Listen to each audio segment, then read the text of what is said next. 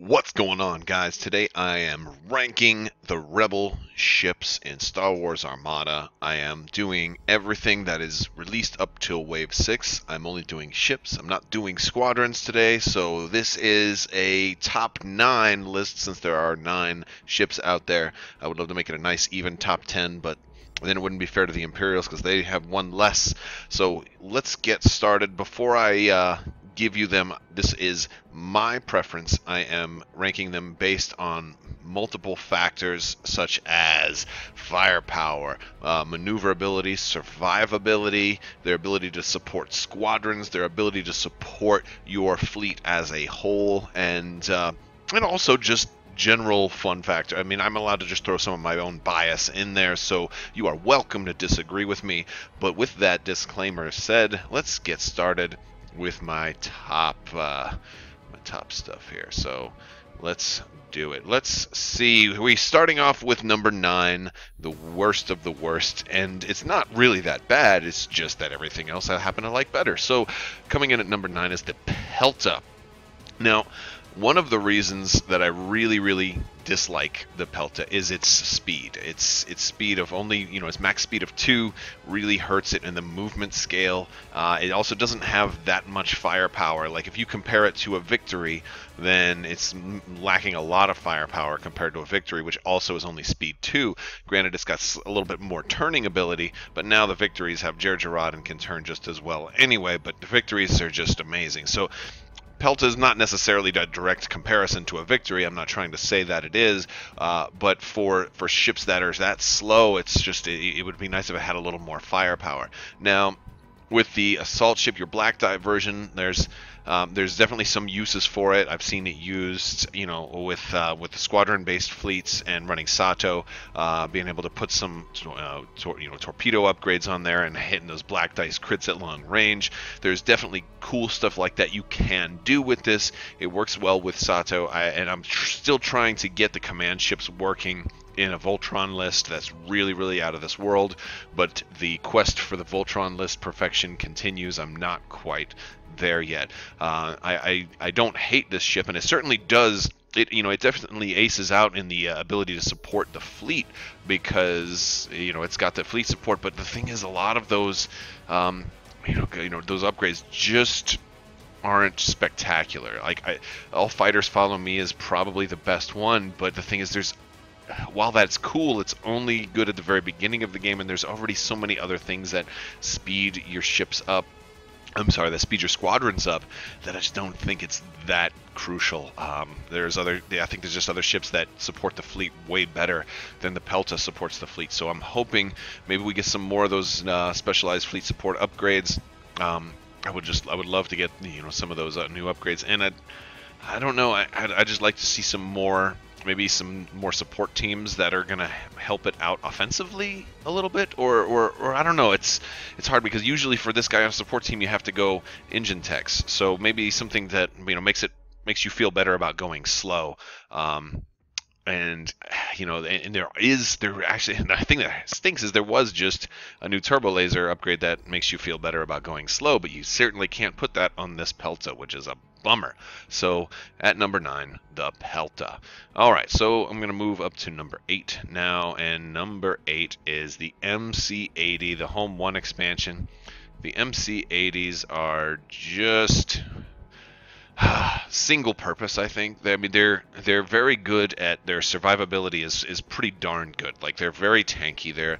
I think they're the tankiest ship in the Rebellion, easily, especially the assault cruiser with its double defensive retrofit. First ever ship, and to this day the only ship with a double defensive retrofit.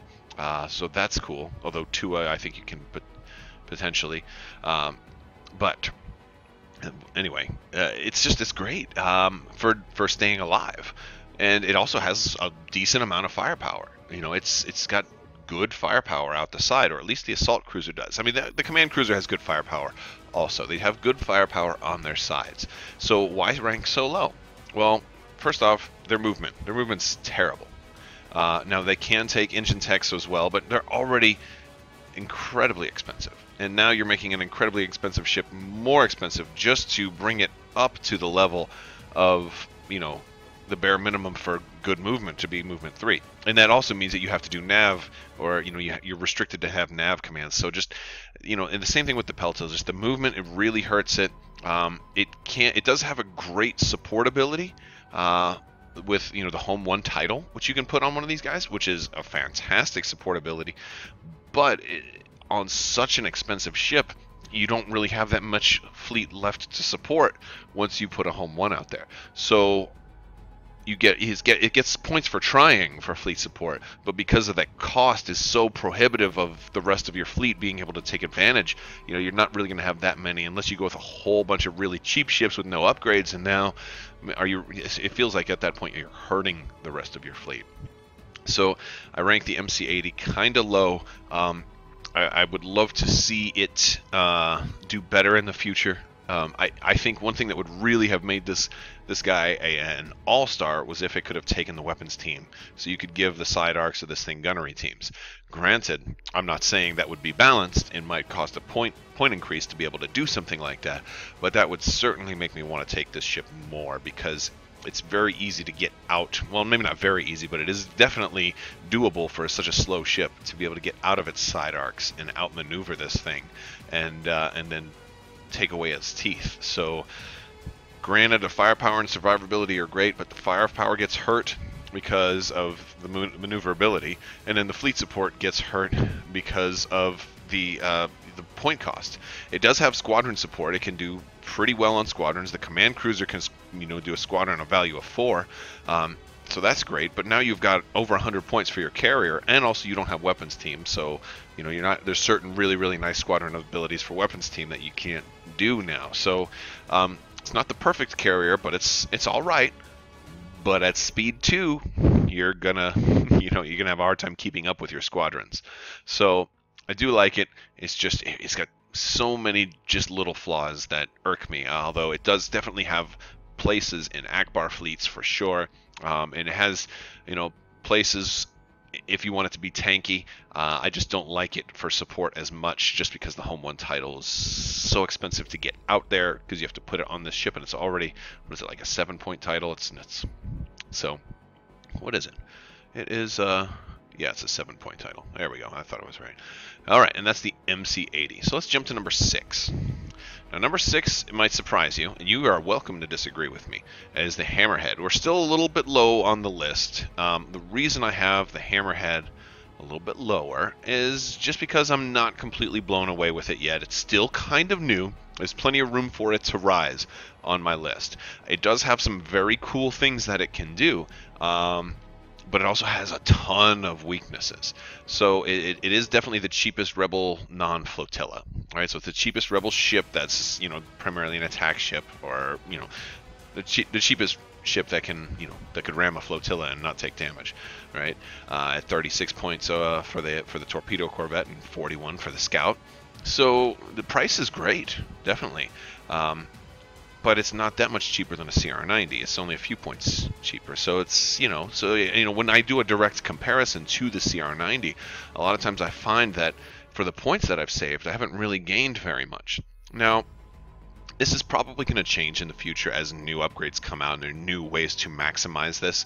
One of the things I like to do is to try to put gunnery team on this guy, since you're only going to have that front arc shot, to try to maximize what attack you do, because that's something you can't do to a CR90. And I think one of the reasons I have this guy a little bit lower is because he's got so many comparisons to the CR90, where the CR90 is kind of able to outshine the ship in so many of those comparisons.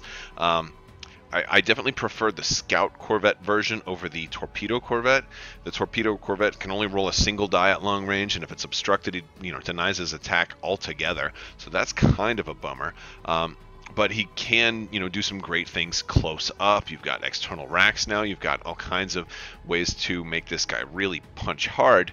But it also requires that you get close with a ship that has no brace, has, very few shields. Only 5 shields total on the entire ship. I mean, that's only 1 point more than a flotilla, and he doesn't have scatter to save him. So this ship, you can very easily die before it ever gets into firing range.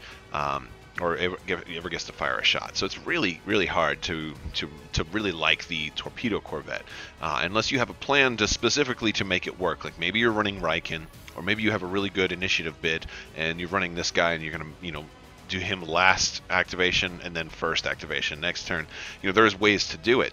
I've even tried this, the Hammerhead as a carrier recently, because it has most of the upgrades that I would want, although it only has a squadron value of 1.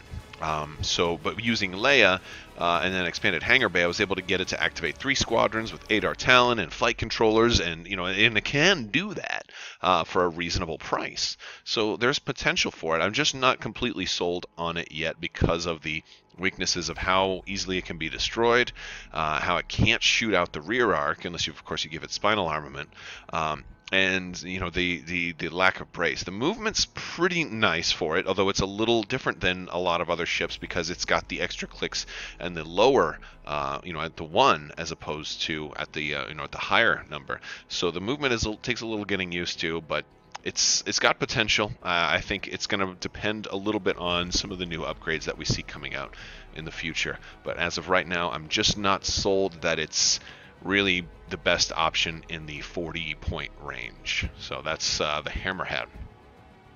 Next up, the Assault Frigate Mark II. All right, so the Assault Frigate Mark II is the jack of all trades, right? It's like one of the a lot of people say this is their favorite ship, and it's just ranking in the middle for me. All right, so I think this is I think I got my numbers wrong. The Hammerhead was number 7. This is number 6.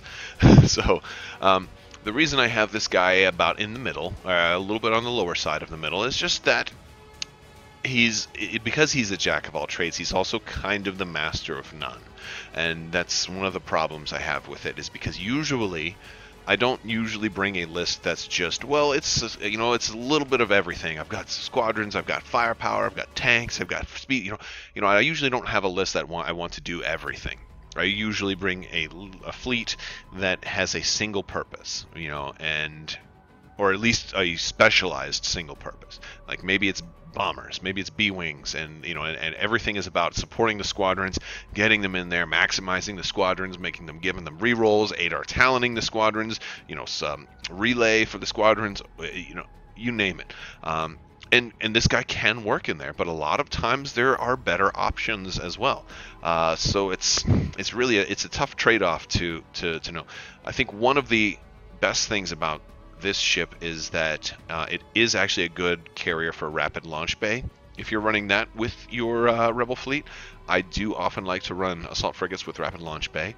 The value, or at least an assault frigate Mark IIB, the squadron value of 3 is not bad there. And since you're using your offensive retrofit for rapid launch bay as opposed to giving it extra squadrons, you need to rely on that native value of 3. So that's one of the better things to do with this ship. It's also got one of the best side arcs, but it's tough right now. It's tough because I really want the Rebels to get more side arc ships.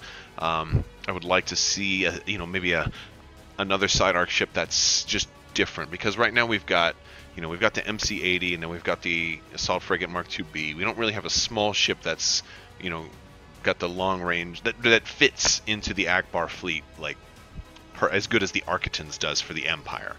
We have Rebel side arc ships, we have small Rebel side arc ships, but they're not ideally working with Akbar. And so I would love to see a small ship with a great side arc for the Rebels to kind of fit into this. So the idea is, if you wanted to run Akbar, a lot of times people run an MC-80 and 2 assault frigates. And I'd like to be able to do like one of each, like a large, a medium, and a small. And you can do that. I just would like for it to work a little bit better. I'd like for that to feel really, really good. And so, and you're probably saying, but Crabbok, the MC-30 has a good side arc, or you can take a CR-90 and put an enhanced armament on it. And I would say, yes, you're totally right. I can do those things. In fact, I can run Nebulons with Akbar if I want and try to make that work. And I'm also trying to make that work. But this guy is just, he's great at a lot, or he's good at a lot of things. He's not really great at much. You know, he's survivable, he's maneuverable. His speed, he's got a decent amount of clicks. He's fast enough. He's got brace, and he's got 6 hull. He's tanky enough. He's got good side arcs. He's got a moderate front arc. He's got squadron support. He does a little bit of everything. It's just usually for any of those individual things, oftentimes there's a better way to get it done, and so that's why he ranks a little bit closer to the middle. So that is the assault frigate. Let's go to number 5. So number 5 is the Nebulon. Now, you might disagree, but it's okay. Nebulon's getting towards the top half of the list, number 5, but not at the top. Now, I do really like the Nebulon, but the Nebulon, first I want to talk about its strengths. So the Nebulon is at a good point cost. It's less than 60 points, 51 and 57 respectively, and it's got a great front dice at long range. 3 red is really good. 3 red at long range, that's great. That's 1 less than, actually that's the same as an ISD 1, at long range. Just to give you some reference, and that's a 110 point ship. Of course, this ship is definitely no ISD, but 3 red dice in any arc is definitely a good thing. All right. So, and also you have the turbo laser slot, so you have some offensive abilities. Doesn't have gunnery team, but it does have good front dice. It actually has pretty good rear dice too, although usually you don't often fire out of your rear, but this ship has fairly decent rear dice too. Spinal armament allows him to roll 3 red dice out of the rear if he puts spinal armament on there, so that's pretty interesting. Their movement is pretty good. Like 2 clicks on the 3 is pretty nice.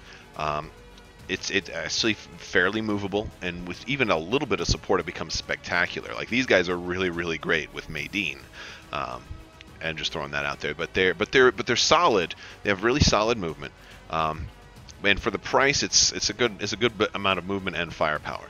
Their survivor, let's talk about squadron support. So they are amazing at squadron B, because you put the Nebulon B escort frigate and you give it Yavaris, you have the best carrier title in the game.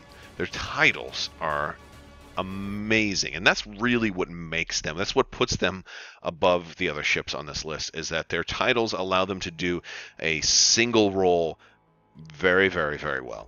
So the Yavaris title is out of this world. The Salvation title is amazing for attacking. It's probably one of the best offensive titles in the game.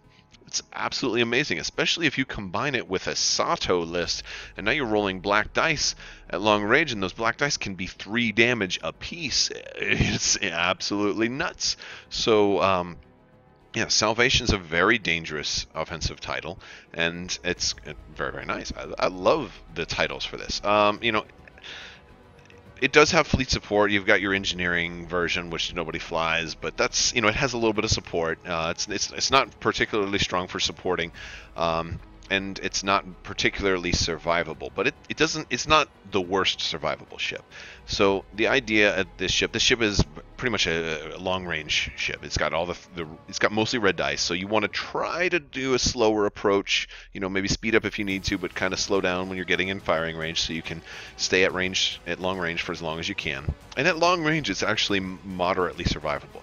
The evade is very helpful when you've got a Star Destroyer throwing like 4 or 5 red dice at you, or an Akbar, frigate or something like that.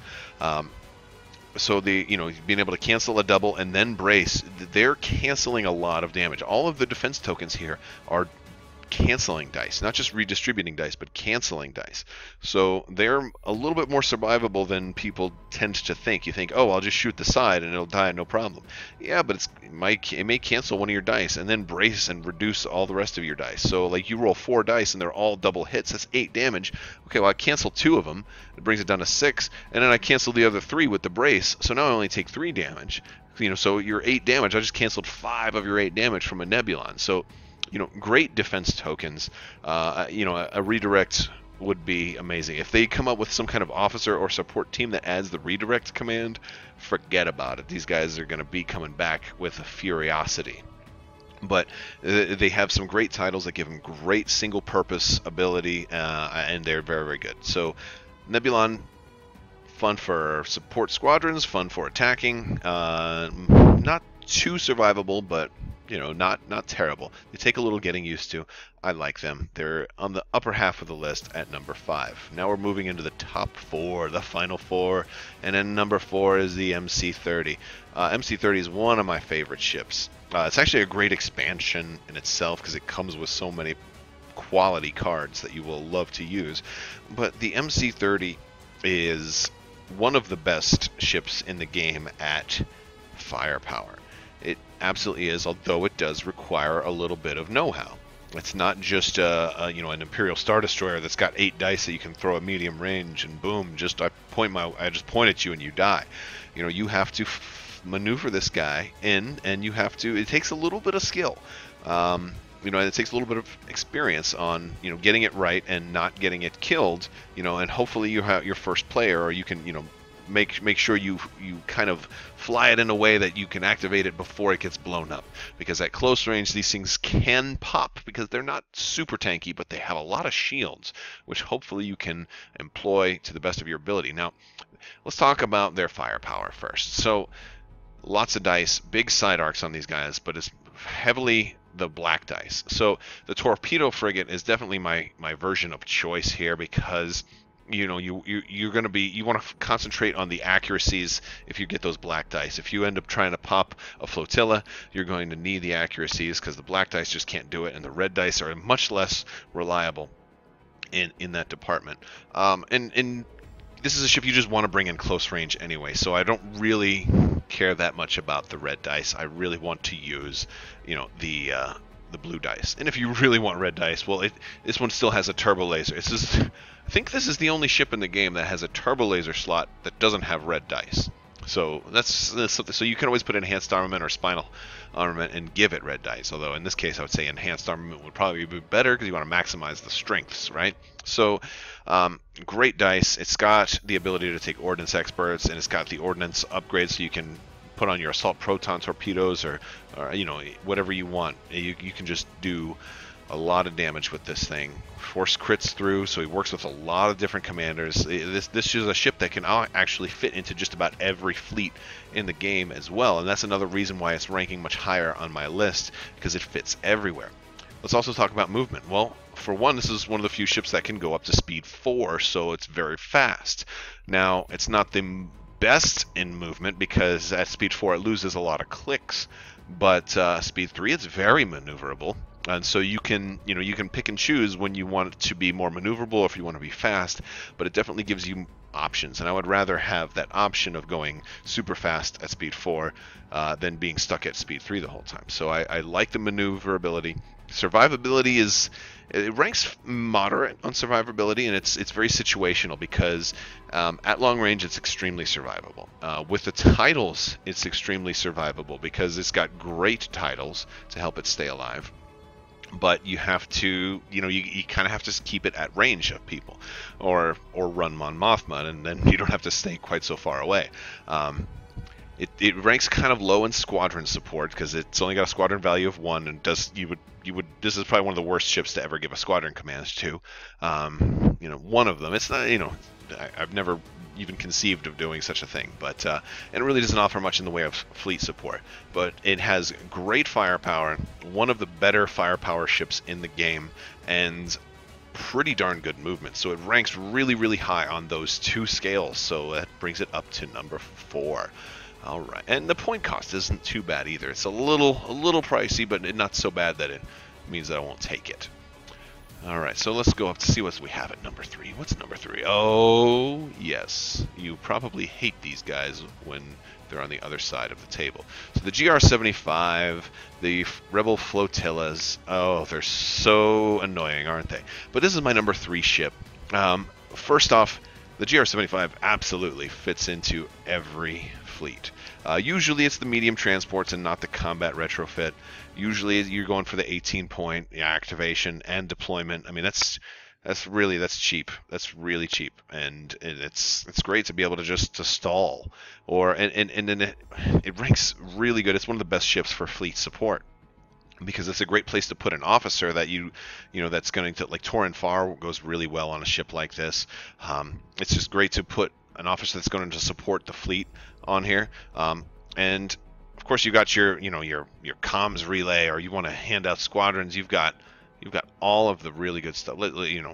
Everything from Bomber Command Center, CommsNet, jamming field, repair crew, slicer tools. All of those are great.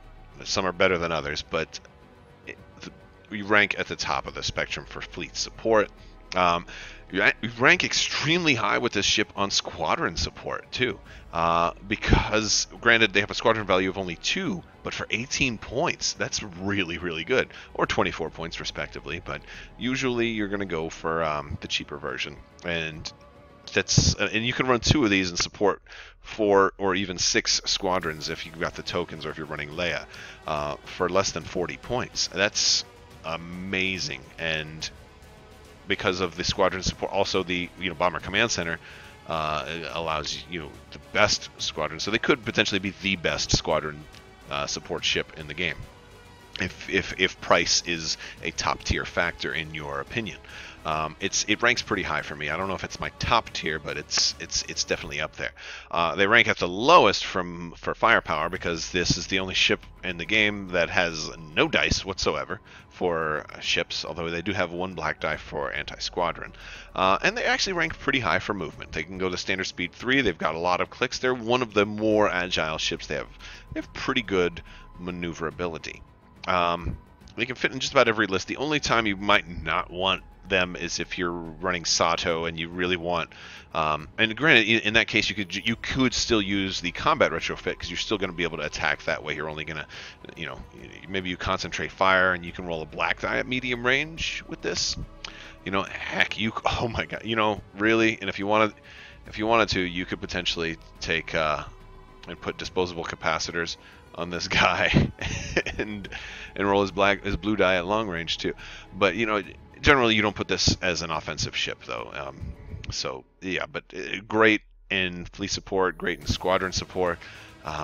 Pretty fair. Actually, I have to rank it pretty high in survivability, if flown right. Its survivability ranked high with an asterisk, because the idea is you generally kind of activate these guys, fly them safe, keep them out of the front firing arc of the Star Destroyers, right? Keep them out of the side arc of, like, the real heavy side arc shit, the broadside ships.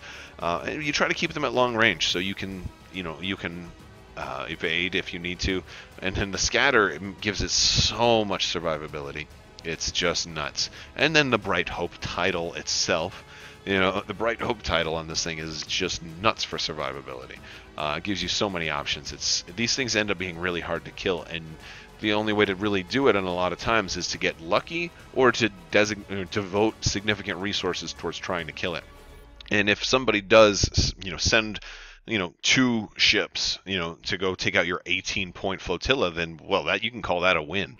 So excellent for cost, excellent for survivability as well. So this comes in at number 3. Let's jump up to number 2. Number 2 is the Liberty. So this ship is just nuts. It really is. It's so strong. It's so strong. So the Liberty is probably my number 1 all-time in this game offensive ship right now. It's double turbo laser upgrades. So much you can do with that. So many possibilities. And it's just devastating when you get in the front arc of one of these things. They're so deadly. I think it's just magnificent how damaging they are. And unlike the other MC-80, they do have the weapons team, so you can put some lovely, lovely gunnery teams on this ship. So you can attack twice with the crazy double turbo laser upgrade arc. Absolutely insane. And much cheaper than an Imperial Star Destroyer too. So for the crazy front arc that you get, your price point is like 20 points less almost. It's fantastic. So they rank at the top of the chart for firepower. They rank very, very high for cost, considering what you're getting. So that much isn't fantastic. They actually are moderately well in survivability too, because the double brace is just huge. I prefer tokens that actually eliminate damage than just shift it around. All right, so redirect is incredibly useful sometimes, but overall, being able to just wipe out damage is, provided you're not instantly dead, that's generally a preferable to me. So I would much rather brace than redirect, because then it could just turn around and regenerate those shields and stuff. But yeah, brace can potentially save you so many. So, I love brace. All right, I'm not going to talk about brace anymore, but I love brace. So double brace is great, and it makes a single accuracy much less useful, especially when people are attacking your front. 5 shields on the front is crazy good. It's so good. Now, you're not super survivable on the sides here with only 2, 2, and 2, but you've got 5 on the front, and that's great. And even if you get shot on the side, you can always redirect to the front if you need to. So, yeah, the 5 shields in the front, very, very strong, especially when compared with the defense tokens that it has. Also, you have some good titles too. The Endeavor gives you even more survivability with the Contain that it grants you, and the Moncaron's not the best offensive title, even though it's priced to be, as if it were that great. But it does have some uses, which I talked about in the Liberty breakdown. So if you want to check that out too, to hear more about different ways you might run the Moncaron title. But, basically firepower is fantastic, survivability is fantastic, or good, at least, not necessarily fantastic, but really good. Movement's not bad. Movement's kind of in the middle. Now, because, yes, it can go speed 3, that's important, and I'm glad that it can, but that having no clicks on the 2 limits that maneuverability a little bit. Now, that's one of the reasons people like to fly this guy with Maydeen so much, or engine techs are also nice on this one to give it extra, a little bit of extra maneuverability, or allow it to turn a little bit more. While it doesn't have the base amount of maneuverability, it does have enough stuff that lets you, and it comes with Maydeen when you buy this. So Maydeen works really well with it because he takes care of one of its biggest weaknesses, is that no click on the 2. So if you can get past that, or if you learn to just fly them better, like if you get very comfortable with how it flies and how to maneuver it, then you're going to have some great results here. And it ranks in the middle, a little bit lower, but it ranks about in the middle for squadron support, because it does have a squadron specific title that's not really that great, but it allows you, if you spend a token, you get to do 2 squadrons. And there's different ways that you can kind of employ that, but with Leia being out now, it allows it to activate 4 squadrons a turn, and it could potentially be, it's got potential to be a really nice carrier if you run the Liberty title. Fleet support, it really doesn't do much in the way of fleet support other than the fact that it destroys your enemies. So it's not really a support ship. It's pretty much a single-purpose attack ship that happens to also gain points, some points in maneuverability, but a lot of points mostly in defensiveness. So really, really strong ship. This is probably at the top of a lot of people's lists, but it just got edged out by my number 1 is the CR90. And this one almost came in second place because of the recent nerf to turbo laser reroute circuits, but I still put it at the top. And so let's talk about this ship. Number 1, it fits into every list, every conceivable list. Like, even the Liberty doesn't fit into all lists, right? The Liberty has a hard time fitting into small ship lists because it's not a small ship, right? But high activation lists, it has a hard time fitting into. It doesn't fit into a lot of squadron lists, especially if they're trying to get the heavy powered hitters like the Yavaris in there. You don't always need a Liberty. It's kind of in the experimental phase right now, but the CR90 fits into every list that the Rebels could ever do. There's no list that you just say, oh, I would never put a CR90 in that list.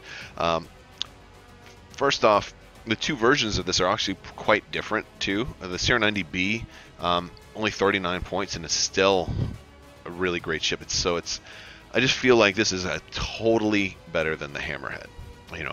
In maybe not totally, but just in so many ways that really matter. So one of the things is being able to put turbo laser reroute circuits on a CR90A has always been strong. It's still strong, even with only 1. it's still strong, because there have been a lot of times when you could use turbo laser reroute circuits twice and take advantage of the double evades on the ship. There were plenty of times I didn't do that, either because I rolled well enough I didn't need to, or I wanted to save the other evade for defensive reasons. And so I find that these work almost as good. It was not a tremendous nerf to turbo laser reroute circuits. It was a slight nerf, and that's not the reason why these guys are on the top of my list. It's not just because of turbo laser reroute circuits, although that is a nice thing. They're also on here because of their movement. They are the fastest ship in the game. They can go speed 4. They can go speed 5 if you want to give them engine techs. They're amazing for that. They have great titles. Jaina's Light is one of the best titles in the game, because the not being able to be obstructed is so devastatingly nasty, especially with a turbo laser reroute circuit, because you can have this ship in relative safety hiding behind the other ships. Oh, and it can still do that. And it's not just not being able to obstruct it. You can also land on obstacles and ignore them, which makes it really great for certain objectives that require you to, navigate through obstacles or potentially land on obstacles. So here's a title that, fits in directly with multiple objectives. So if you end up being first player and you have to choose, well, now that you have some objectives that really are great for you because of one of these titles. Also because of the speed. There's so many there's so many objectives that actually work directly with the CR90. Blockade run, for example. I got a speed 5 ship. I'm definitely going to make it all the way down there. You're not going to be able to hit me. Or capture the VIP. You can fly circles around just about anybody with this ship. It's just so good. It's so what does it fall? It scores above, like, for survivability. It scores so high just because it can outmaneuver, and it's really good at being able to outmaneuver. And it has the double evade, so which everything fits into it. So it's very likely to cancel dice because it's flying far away out of your arc where you only have 1 or 2 red dice that you can roll, and it's going to cancel the one good one anyway. They're hard to hit. They're not at the top for survivability, but they're definitely at the top for movement. They're in the middle for firepower, but firepower based on the points that they cost is actually really nice. And you can even run them with enhanced armament with Akbar. Now you're rolling 4 for like a CR90A with enhanced armament would be 54 points. Then you're rolling 4 red dice for a 54-point ship. Or potentially 8 if you're able to potentially get a double arc, but I doubt that. Left and right side.